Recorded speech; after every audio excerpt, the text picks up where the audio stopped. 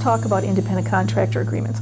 I'm a firm believer that you want something in writing for every aspect of your business. I'm not saying it has to be long and complex, but you always need written agreements.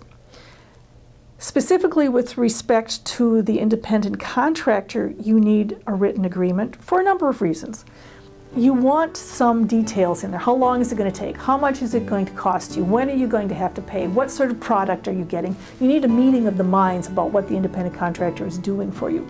But what people don't often think of is the fact that if an independent contractor creates something that is copyrightable, a piece of intellectual property, software, a logo, the independent contractor owns that, unless you have a written agreement with the independent contractor saying this is work for hire and you own it.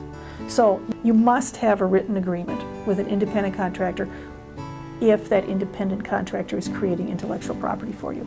So let's talk a little bit about hiring an employee after I've given you all this encouragement to hire them as employees. You're going to interview people. You can ask a lot of questions, but there are areas that are protected which you should not ask questions about. Religion, sexual orientation.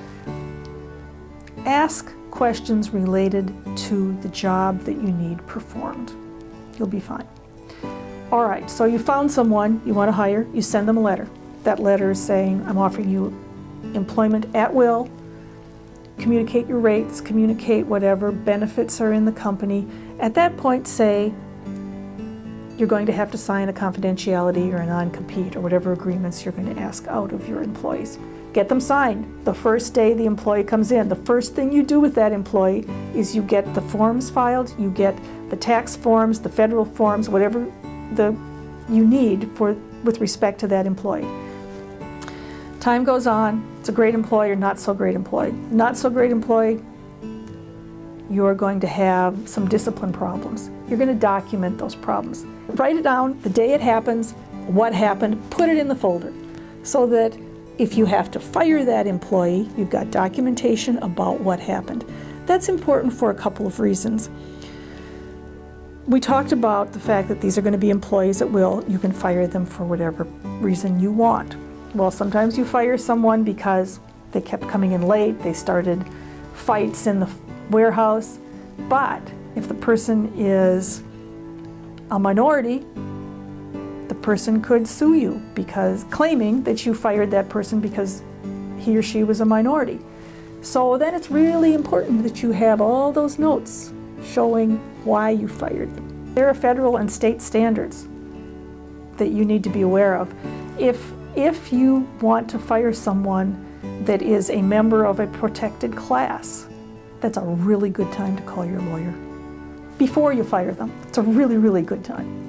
And figure out how you're going to do it to minimize the risk to your business. You're very savvy with the internet, so you decide you're going to download an employee handbook and give it to your employee. I would say that is a really, really bad idea. Number one, different states have different laws with respect to employees, so you do not know that the employee handbook you got from the internet complies with your state law. Number two, and probably more importantly, is that employee handbooks are contracts between you and your employee. It's a really good time to talk to a lawyer. I really believe that it is better for a small business to not have an employee handbook than to draft one without the aid of an attorney.